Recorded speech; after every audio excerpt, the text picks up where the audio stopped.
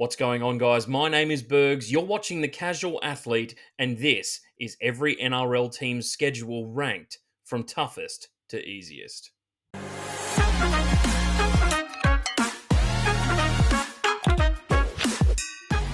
Before we get into the video, guys, just a reminder to like and subscribe. We bring out so much content each and every week just for you guys. Please make sure that you join our fantasy and tipping comps for the 2024 season, and let's get into the video. Coming in at number 17 at the toughest end of the scale, and I'm sorry to say it, guys, it's the Melbourne Storm. The Storm have to play the Panthers, the Broncos, the Roosters, the Rabbitohs, and the Eels twice this year. The Eels I'd like to mention as they do beat them quite regularly, but the biggest thing for me on this schedule for the Storm is their run home. From round 23 onwards, they play the Rabbitohs, the Panthers, the Dolphins, the Cowboys, and the Broncos to finish the season, with 4 of those games being away from Amy Park. So they have to be in a great position come round 23. And for the Storm, it's probably going to have to be a big start to the season. They play 4 out of their first 5 games at home, with a bye included in round 4. Hopefully, they get a bit of luck throughout this draw, but I struggle to see if they're going to improve on last year's efforts. Next up on the toughest end of the scale, I have the South Sydney Rabbitohs. Casualties from the top 8 from last year. They have to do it the hard way this year.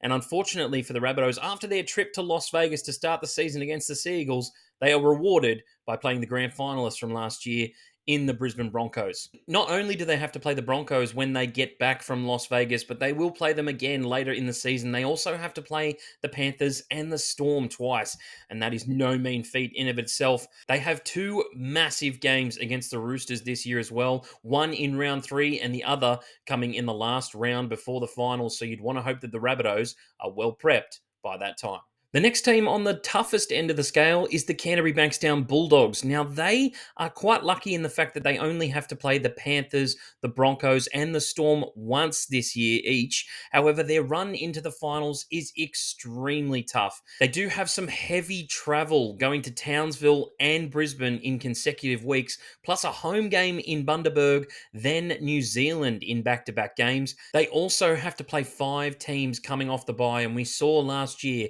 how difficult that is to deal with. Hopefully the Doggies can do a bit better this year, but as far as their schedule goes, it's the 3rd toughest. The 4th toughest schedule goes to the Gold Coast Titans for 2024. Now, the Titans do have a very favourable start to the season, as they won't play a top 8 team from 2023 until round 8. Now, that is unbelievable considering the Titans finished last year. They had a bit of an up and down year last year, but with a new coach, I can see them making a run towards the finals. The only thing is that the end of their season is super tough. Their last 6 games involve 5 games against top 8 teams from last year, including games against Brisbane, the Knights, the Panthers, and the Roosters. And that is going to be extremely crucial for them to be in a good position come round 22. The 5th toughest schedule in the NRL this year belongs to the Parramatta Eels. Now, if you guys take your minds back to last year, the Eels made a very slow start and they never really recovered. They also had to play 3 teams coming off a bye. So this year they've been rewarded by playing 5 teams off a bye, the most in the NRL, and that is not good news for the Parramatta Eels. Their toughest part of the season for them is probably going to be playing the Broncos, the Storm, and the Rabbitohs just before Origin 1 in consecutive weeks. Tough middle part of the season for them, and Brad Arthur's men are going to have to pull it together to rewrite some of the wrongs that they had done to them last year. I think for Parramatta, if they can get a great start, they only play 2 teams from the top 8 of last year in the first 10 rounds, then that will put them in good stead for the end of the season, where their last 7 games, 5 of them are against top 8 teams from last year, including the Storm, the Broncos, the Panthers, and the Roosters. The team with the 6th toughest schedule in the NRL is the Manly Warringah Sea Eagles. Now, the Sea Eagles have a pretty tough start to the season, playing the Rabbitohs, Roosters, Eels, Dragons, and Penrith in the first 5 rounds.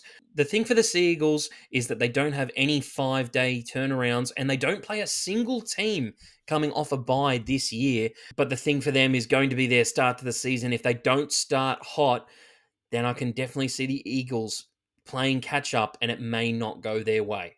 The seventh toughest schedule this year goes to the Redcliffe Dolphins, who are the only team to play all three games without their origin stars. That means no Hamaso for them on the back of those games. The big plus for them, though, is they don't have to leave Queensland until round 7, where they actually head to Darwin, so it's not much of a difference there for them. And the toughest thing for the Dolphins is those last 5 rounds where they play the Warriors, the Bulldogs, who are probably not the strongest team, but are looking a little bit better this year.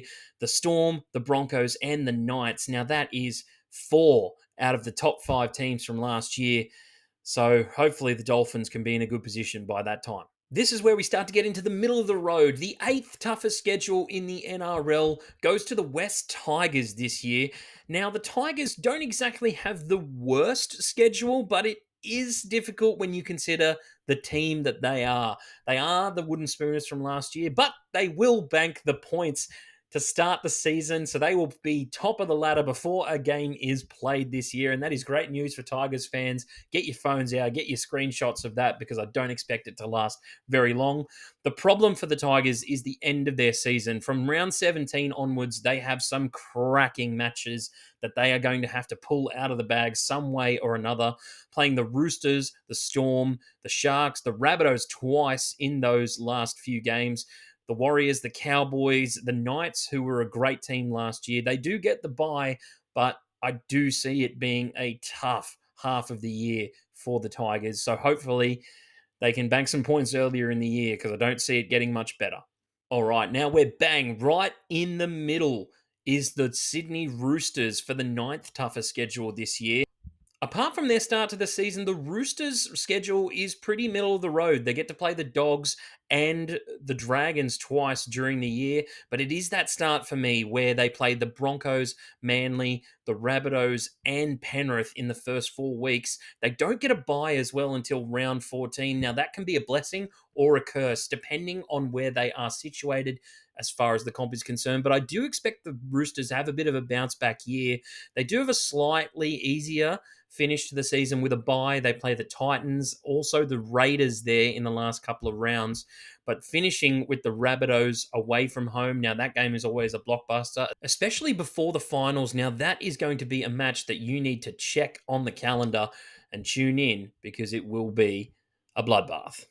Erring on the side of easier at this point in time, the 10th toughest schedule in the NRL for the 2024 season goes to the Newcastle Knights. Now, they are the only team that does have to play the top 4 7 times from last year, and it is a bit of a different season I'm going to feel for the Knights. I don't expect them to be this, hero, surprise team that they were last year.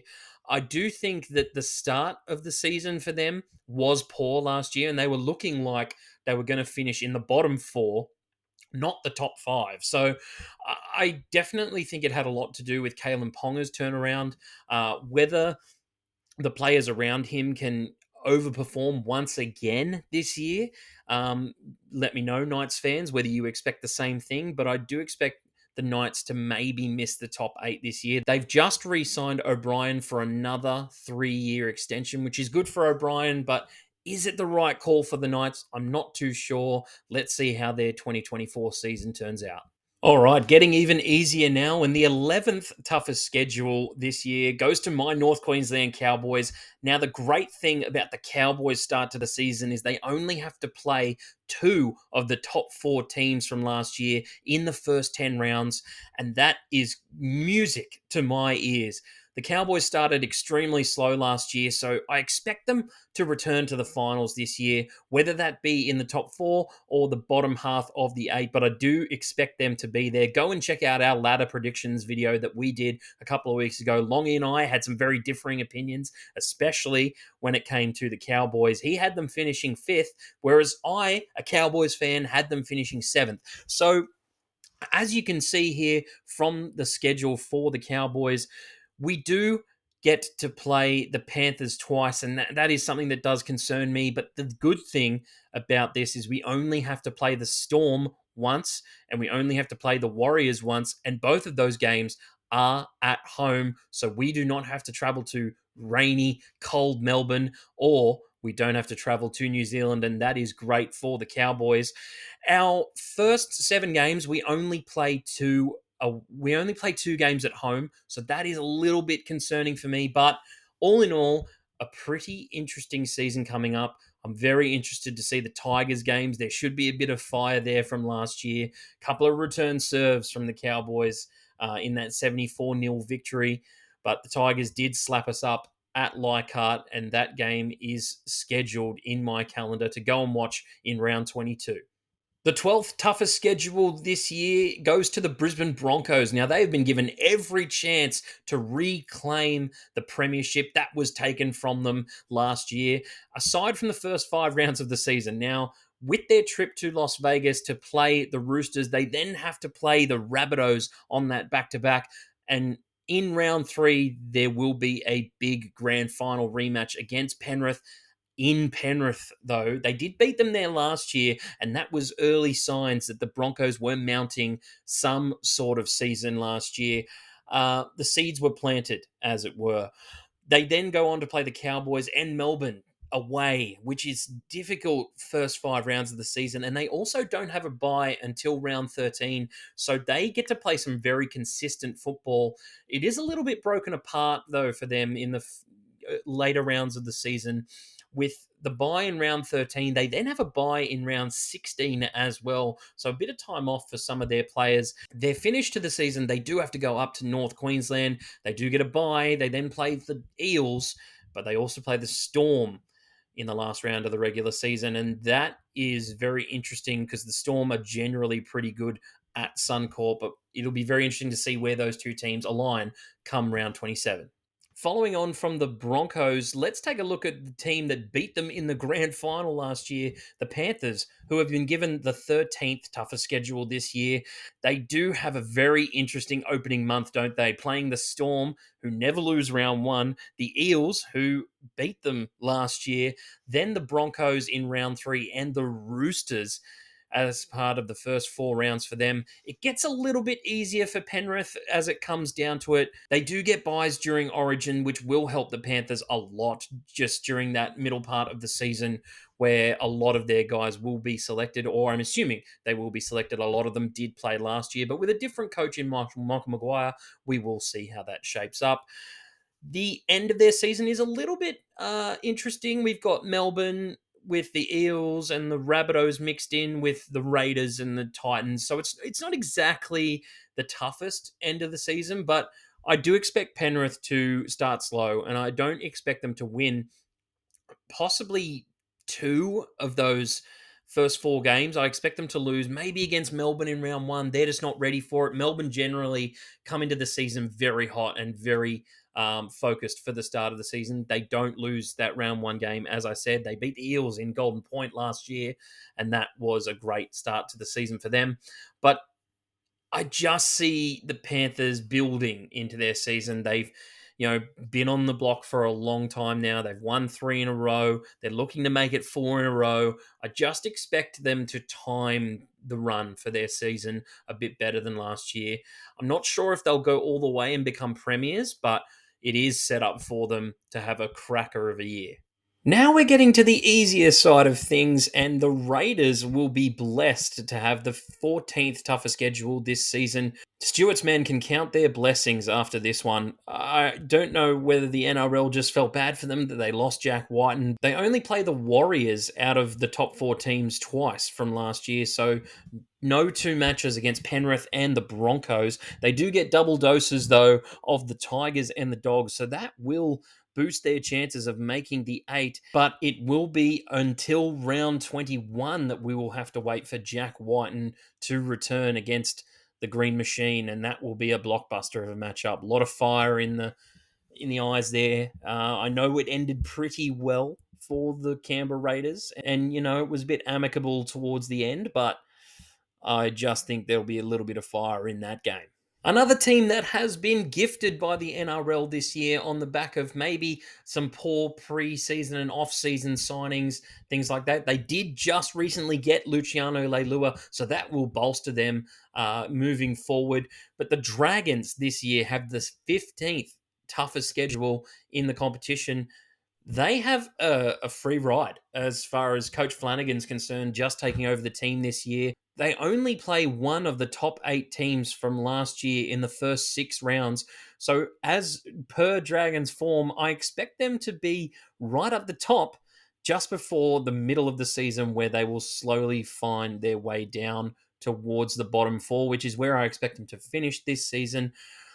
They also only play Penrith and the Broncos with their origin stars out as well. And that'll be extremely good news for the Dragons fans to hear. So hopefully the Dragons can make a run of it this year on the back of a pretty easy schedule. The feel good story from the 2023 season, the Warriors have the 16th toughest schedule in the NRL this year, and that is music to the ears of New Zealand fans across the nations. The thing about the Warriors' schedule is they have 11 games against top 8 teams from last season, but that includes the Storm twice, who finished outside the top 4, the Broncos only once, as well as the Panthers once, and the Roosters once. Plus, they also get to play the Knights twice, who finished in the bottom half of the 8. They also get to play the Rabbitohs once as well, and I expect them to be a tougher team this year. All in all, I think for the Warriors this year, it's just about maintaining that form from last year. I think if they can get a few early wins, maybe pick up some time through Origin, as they always do, they pick up a lot of points through that Origin period, and then they finish with a round 27 bye as well. They will be the most travelled team this year, but it's never seemed to bother them last year, especially. So I think for Webster's men, it's going to have to be about just playing the same game that they played last year, surprising a few teams. They may be a little bit prepared, other teams, for the Warriors this year, but they've been given every chance with the schedule that they currently have. And now we've come down to it. It is the side with the easiest schedule, potentially for the third year in a row, the Cronulla Sutherland Sharks, who have the 17th toughest schedule in the competition this year. They get to play the Tigers twice, the Dogs twice, and the Raiders twice this year. And that's a Raiders side without Jack White. And I know they made the 8 last year, the Raiders, but I just expect a little bit of a drop off with Jack Whiten leaving. Now, the toughest part of their schedule will be that round 10 to round 14 section where they play the Storm, the Roosters, Penrith, the Eels, and the Broncos all back to back. Before, though, the Broncos will be backing up from Origin 1, so they can get a little bit of a reprieve there. Their end to the season, they play the Dragons twice as well. I forgot to mention that as well. They play the Dragons twice, who I expect to be in the bottom 4 this year. All in all, it's a very favourable schedule for the Sharks, and if they don't finish in the top 8 this year, then I think they need to do some serious thinking about themselves and the club and where they stand. So that is it for today's video, guys. Let me know what you think about it down in the comments section below. Please make sure that you like and subscribe. We bring out so much content each and every week. Please make sure that you join our tipping and fantasy comps. The links are in the description, and we'll catch you on the next one.